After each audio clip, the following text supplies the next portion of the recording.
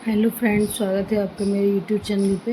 तो चलिए फ्रेंड्स, शुरू करते हैं फिर से एक नई कहानी। एक गांव के किनारे हरे भरे खेतों के बीच एक बड़ा सा घर था जो कई पीढ़ियों के प्यार और यादों से भरा हुआ था।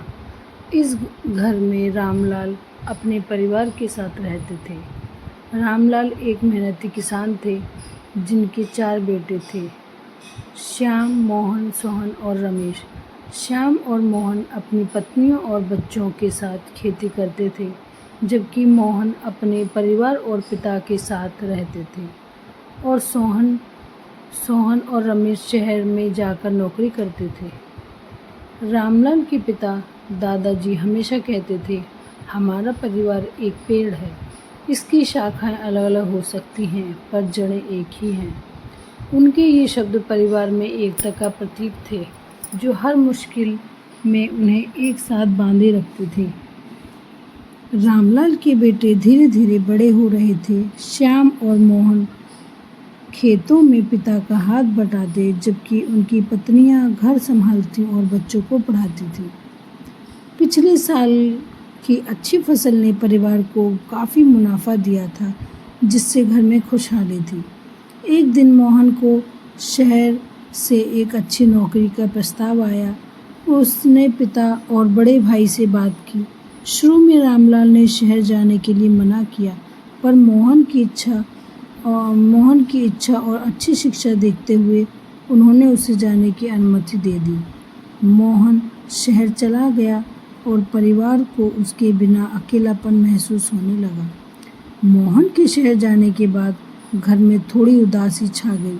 सोहन और रमेश के बच्चे भी अपने चाचा की याद करते थे। रामलाल और श्यामलाल खेतों में और भी ज़्यादा मेहनत करने लगे।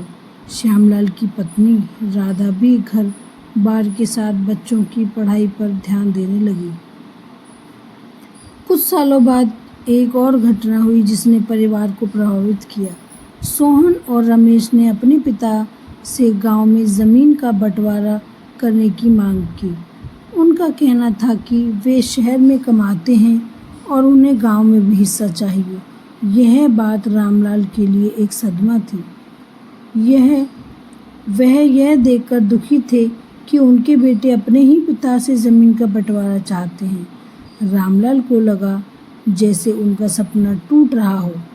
उन्होंने परिवार की एकता के बारे में बहुत कुछ सुनाया था, पर आज बेटे अलग अलग हो जाना चाहते हैं।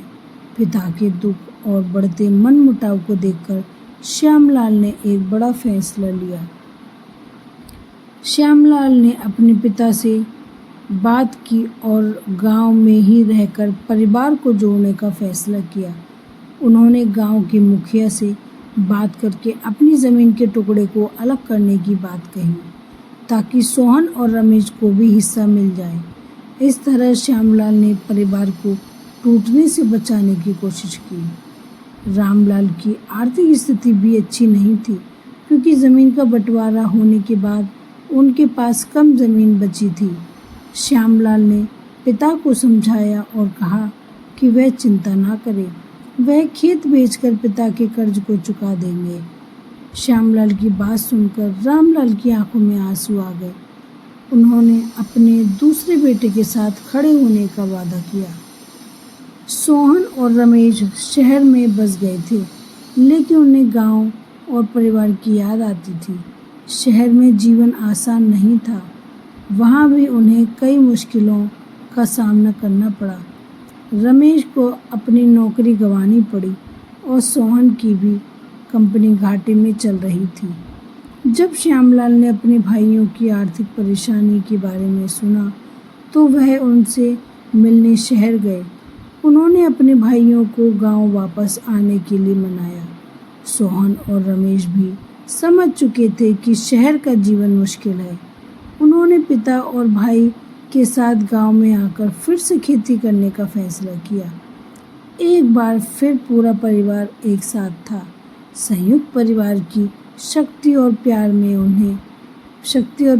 उन्हें फिर से जोड़ा। रामलाल की खुशी का कोई ठिकाना न रहा। वह अपने सभी बेटों और उनके परिवार के साथ एक ही छत में रहने लगे। इस परिवार में और भी ज़्यादा प्रेम और समझदारी हो गई। श्यामलाल और उनके भाइयों ने मिलकर खेतों का काम करना शुरू कर दिया। राधा और उनकी बहुएं भी परिवार की खुशियों में बराबर हिस्सा निभाने लगी। तो हेलो फ्रेंड, ये थी हमारी आज की स्टोरी, आज की कहानी संयुक्त परिवार की। तो बताइएगा फ्रेंड कि आपको किस तरह की कहानियाँ सुनना पसंद है। थोड़ा बहुत जो भी आपको अच्छी लगती हैं या कुछ कमियां हैं तो प्लीज़ बताइए, कमेंट करिएगा। तो मैं कोशिश करूँगी कि आप जैसी सुनना पसंद करते हैं कहानियाँ, उस तरह की कहानियाँ मैं आपको सुना सकूँ। तो चलिए मिलते हैं एक अगली कहानी के साथ। Thank you.